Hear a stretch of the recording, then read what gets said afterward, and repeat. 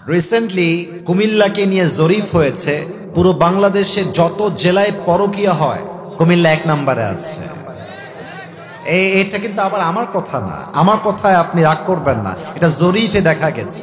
আমি সেই মেয়েদেরকে অ্যাড্রেস করে বলবো, ধোঁকাবাজদের দিন কিন্তু বেশি দিন থাকে না।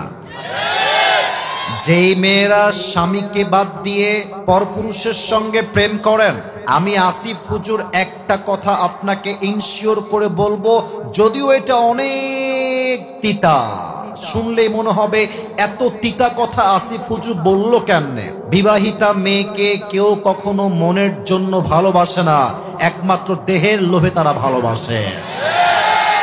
অতএব আমার প্রিয় বোন, আপনি যেই যুবকের সঙ্গে স্বামীকে বাদ দিয়ে প্রেম করছেন, মাথায় রাখবেন যুবকটা আপনাকে নয়, আপনার দেহকে ভালোবাসে।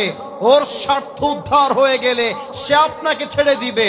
বাট স্বামী যদি আপনাকে ছেড়ে দেয়, সবচাইতে বড় ক্ষতির শিকার আপনিই হবেন প্রিয় বোন আমার।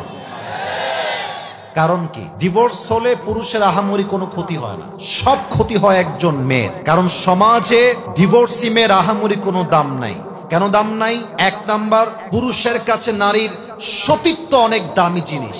যেই নারীর সতীত্ব হারিয়ে যায়, সমাজে তার সম্মান, স্ট্যাটাস কমে যায়। নাম্বার 2, যখন কোনো মেয়ের বিয়ের পরে ডিভোর্স হয়ে যায়, সমাজের 80% অফ পিপল মনে করে এই মেয়েটা হয়তো বা ভালো মেয়ে নয়। যদি ভালো মেয়ে হয়, ডিভোর্স হলো কেন? মানুষ তার দিকে আঙ্গুল তুলে, চোখ তুলে। অতএব প্রবাসীর বউ সহ বাংলাদেশের সমস্ত বউকে আমি এই অ্যাড্রেস করে একটা কথা বলছি, মনে রাখবেন, চোরের 10 দিন, গৃহস্থের 1 দিন। আপনি আজকে প্রবাসীর টাকায় মজ মাস্তি করছেন, এনজয় করছেন। আমার প্রবাসীর ভাই মাথার ঘাম পায়ে ফেলে টাকা ইনকাম করে, বুকের তাজা রক্তকে পানি করে হালাল কামাই করে, আর তার টাকা মেরে খেয়ে যেই মেয়ে পরকিয়া করে বাড়ির থেকে পালিয়ে যায়, ওইটা কোনো মেয়ের কাতারে পড়ে, সেটা কুলাঙ্গার ঘরের সন্তান। আল্লাহ এমন নারীদেরকে হেদায়াত দান করুক, পড়েন সবাই আমিন। আল্লাহ কুমিল্লার মানুষকে পরকিয়া নামক অভিশাপ থেকে হেফাজত করুক, পড়েন সবাই আমিন। আপনাদের বউ আছে কার কার? একটু হাত তুলবেন। বউ আছে, বউ আছে,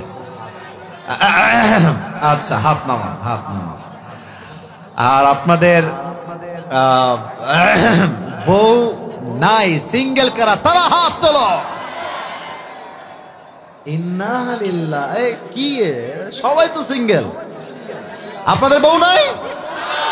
এ আমি বিশ্বাস করি না। নাই নাই নাই নাই নাই নাই নাই। আল্লাহ গো আল্লাহ, যাদের বউ নাই সবাইকে দিনদার নেককার বউ দিয়ে দাও, পড়েন সবাই আমিন। আসলে যার জীবনে বউ নাই, তার জীবনে কিছুই নাই যুবক ভাইরা, বলো বলো বলো। আমি আমার আব্বা জানদেরকে বলবো, শীতকালে আমার যুবকদের চরিত্র কম্বল দিয়ে ঠিক হবে না, ল্যাপ দিয়ে ঠিক হবে না, একমাত্র বউ দিয়ে যুবকদের চরিত্র ঠিক হবে। আব্বা বোঝে না রে, আব্বা বোঝে, আব্বা বোঝে না। বিয়ের যে বয়স হয়ে গেছে, আল্লাহ আব্বা জানদেরকে বোঝার তৌফিক দান করুক, পড়েন সবাই আমিন। আপনারা দেখেন না, প্রমাণ দেখেন, ওদের বিয়ের কথা বলতে গায়ের জোশ চলে আসছে। আরে বিয়ে দিয়ে দেন, যে যুবকটা আজকে 0 আছে, বিয়ের পরে সেই যুবকটা হিরো হয়ে যাবে। প্রথম তাকবীর দিবেন আমার প্রিয় বিবাহিত ভাইয়ারা, দ্বিতীয় তাকবীর দিবেন আমার প্রিয় সিঙ্গেল ভাইয়ারা। আমি আজকে এই কামাইর কান্দির মাটিতে দেখতে চাই কার গায়ের জোর কত বেশি। বিবাহিত ভাইয়ারা আমার স্টেজে অনেকে আছেন, সামনেও আছেন। বিবাহিত ভাইয়ারা একটা কাশি দেন।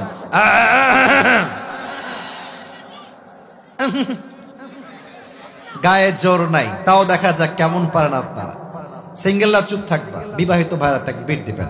একদম গায়ের সমস্ত শক্তিকে উজাড় করে বিবাহিত ভাইরা তাকবীর দিবেন, কারণ আপনার সম্মানের সঙ্গে আমার সম্মানটাও জড়িয়ে আছে। বিবাহিত ভাইরা তাকবীর দেন, নারায়ে তাকবীর। জোর নাই রে, জোর নাই। আচ্ছা, এবার সিঙ্গেলদের পালা, দেখা যাক কারা জিতে। সিঙ্গেলরা তোমরা এটাকে হাসি দাও। ইন্না লিল্লাহি ওয়া ইন্না ইলাইহি রাজিউন। এবার দেখা যাক, আমার হুজুর আছেন, আমার ভাইরা আছেন স্টেজে, সভাপতি আমাদের জাহিদ ভাইয়ের আব্বা নাকি আছে তো এখানে। আমরাই দেখবো যে কারা আসলে জিততেছে আজকের মাহফিলে। বিবাহিত ভাইরা চুপ থাকবেন, সিঙ্গেলরা তাকবীর দিবেন। সিঙ্গেল ভাইরা নারে তাকবীর। বিবাহিত ভাইরা আমাকে মাফ করে দিয়ে হলো, আপনারা একদমই হেরে গেলেন আজকে, মান সম্মান একদম মাটির নিচে ডুবে গেল আমাদের। আচ্ছা যাই হোক, যা হওয়ার হয়ে গেছে। আজকে সিঙ্গেলরা 80 নাম্বার বেশি পেয়ে পাস করেছে। এবার আপনারা সবাই মিলে একটা তাকবীর দিবেন, শেষ তাকবীর। তাকবীরের ঠেলায় আমি আসিফ হুজুর স্টেজ ভেঙে উল্টে নিচের দিকে পড়ে যাব। আচ্ছা এবার কোনো ভাগাভাগি নাই, সবাই মিলে কাশি দেন সবাই একটা নারে